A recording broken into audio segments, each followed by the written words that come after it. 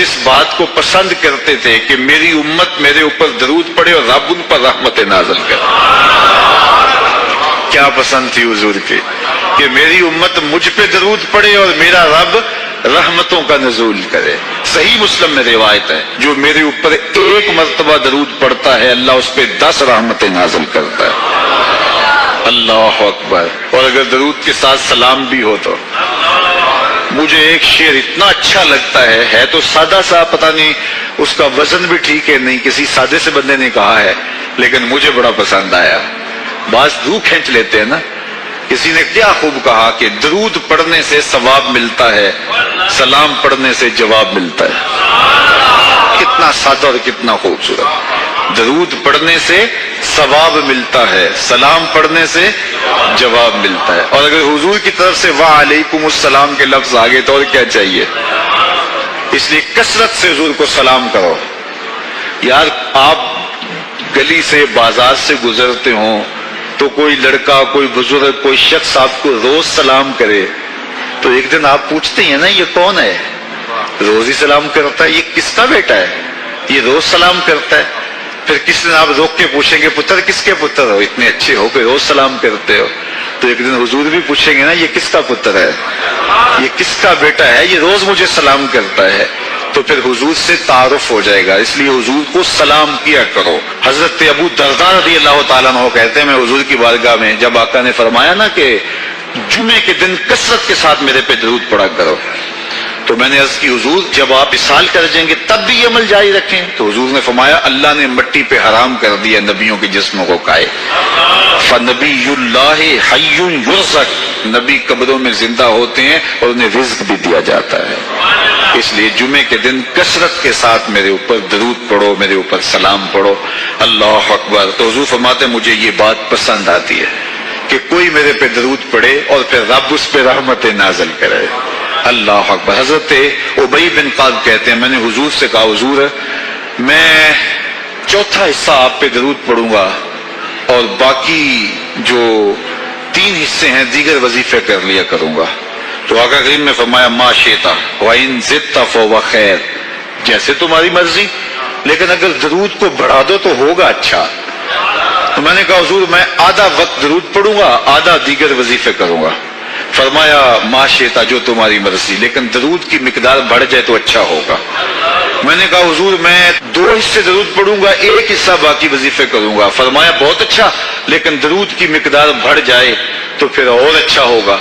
عرض کی حضور میں پڑھوں گا ہی درود, میں سارا وقت درود پڑھوں گا. تو سنو میرے حضور نے کیا کہا, یہ ترمذی کی روایت ہے. حضور نے فرمایا پھر تیرے سارے دکھ مٹ جائیں گے, سارے گناہ معاف کر دیے جائیں گے. تو اس لیے کثرت کے ساتھ حضور پہ درود پڑھیں تو اس سے حضور بھی خوش ہوتے ہیں کہ میرے امتی پہ رب کی رحمتوں کا نزول ہو رہا ہے. جمعۃ المبارک کے دن کثرت کے ساتھ درود پڑھنے کی ترغیب دی گئی ہے اور فرمایا اس دن فرشتے حاضر ہوتے ہیں. تو حضرت ابو درداء رضی اللہ تعالی عنہ نے عرض کی یا رسول اللہ صلی اللہ علیہ وسلم آپ کی حیات طیبہ میں تو ٹھیک ہے, لیکن جب آپ انتقال کر جائیں تو کیا اس کے بعد بھی یہ عمل جاری رکھا جائے؟ ابن ماجہ میں یہ روایت موجود ہے. تو حضور علیہ السلام نے حضرت ابو درداء سے فرمایا ہاں میرے وصال کے بعد بھی اس عمل کو جاری رکھنا, اور ساتھ ارشاد کیا کہ ان اللہ حرم علی الارض ان تاکل اجساد الانبیاء فنبی اللہ حی یرزق, اللہ نے مٹی پر حرام کر دیا ہے کہ وہ نبیوں کے جسموں کو کھائے, نبی قبروں میں زندہ ہوتے ہیں ان کو رزق بھی دیا جاتا ہے. تو کہا کہ یہ میرے بعد بھی میرے اوپر درود کے سلسلے کو جاری رکھنا. تو ایک مومن تو درود کے ساتھ جڑا ہوا ہے, وہ تو درود کے بغیر دن گزار ہی نہیں سکتا. الگ سے نہ بھی پڑھے تو اس کو نماز کے اندر درود پڑھنا ہی ہوتا ہے. درود ابراہیمی تو نماز کا حصہ بنا دیا گیا اور اس کو کثرت کے ساتھ درود پڑھنے کی ترغیب دی گئی. تو درود ایک ایسا وظیفہ ہے کہ جو اپنی زندگی میں جتنا زیادہ شامل کر سکتے ہو اتنا زیادہ شامل کر لو. ویسے بھی درود پڑھنے سے بچوں میں تقدس پیدا ہوتا ہے, بچے پاک دامن رہیں, عفت مآب رہیں, ان کی طبع میں تقدس رہے. آپ چاہتے ہیں, ہر ماں باپ چاہتا ہے. اور پھر دور موجود کے اندر جو فتنے ہیں تو بہت ضروری ہے کہ ہماری اولادیں تقدس مآب رہیں تو ان کو درود کی ترغیب دو، تو اس کا عملی نتیجہ یہی ہوگا کہ ان میں تقدس کا جوہر پیدا ہوگا اور ان کی عصمت کی حفاظت رہے گی۔ اور درود شریف پڑھنے والے بچے اور درود شریف نہ پڑھنے والے بچے دونوں کی عادات میں فرق ہوتا ہے۔ درود پڑھنے والوں کی طبع میں رقت، لطافت، نرمی، محبت، شفقت جیسے جذبات پیدا ہوتے ہیں۔ یہ درود شریف کا عملی نتیجہ ہے۔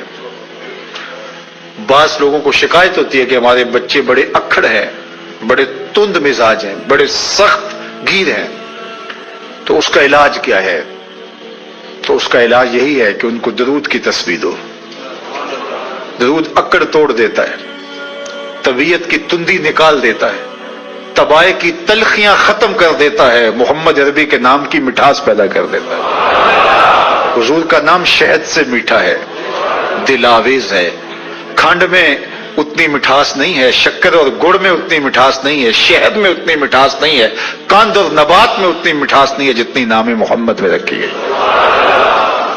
ان کا نام لبوں پر آئے، میٹھا میٹھا منہ ہو جائے، ان کے بول بہاروں جیسے اور اصحاب ستاروں جیسے، ان سا پیارا اور نہ کوئی، ان سے بچھڑ کے لکڑی روئی، جب وہ سیر کو جایا کرتے سر پہ بادل سایا کرتے۔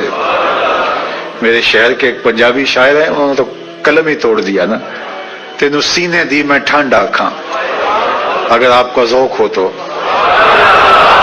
تینوں سینے دی میں ٹھنڈ آکھاں، شہد گلاب تے کھنڈ آکھاں، تینوں نبیاں دا میں لاڑا آکھاں، تیرے ہجر دے وچ میں ہاڑا آکھاں۔ تو ان کا نام ہی میٹھا ہے، دل آویز ہے۔ تو درود غصہ ختم کرتا ہے، طبیعت کی تلخی اور تندی مٹا دیتا ہے، اکھڑ پن ختم کرتا ہے۔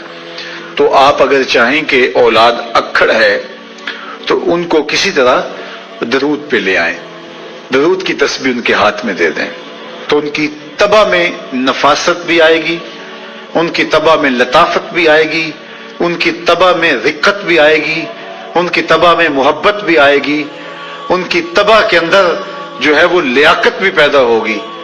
درود پڑھنے والا بچہ ذہنی استعداد میں درود نہ پڑھنے والے بچے سے بہتر ہوتا ہے۔ یہ بھی آپ تجربہ کر کے دیکھ لیں، دو بچے برابر ذہنی استعداد رکھتے ہوں اور ان میں سے ایک بچہ درود پڑھتا ہو اور ایک درود نہ پڑھتا ہو، تو درود پڑھنے والا بچہ آگے ہوگا۔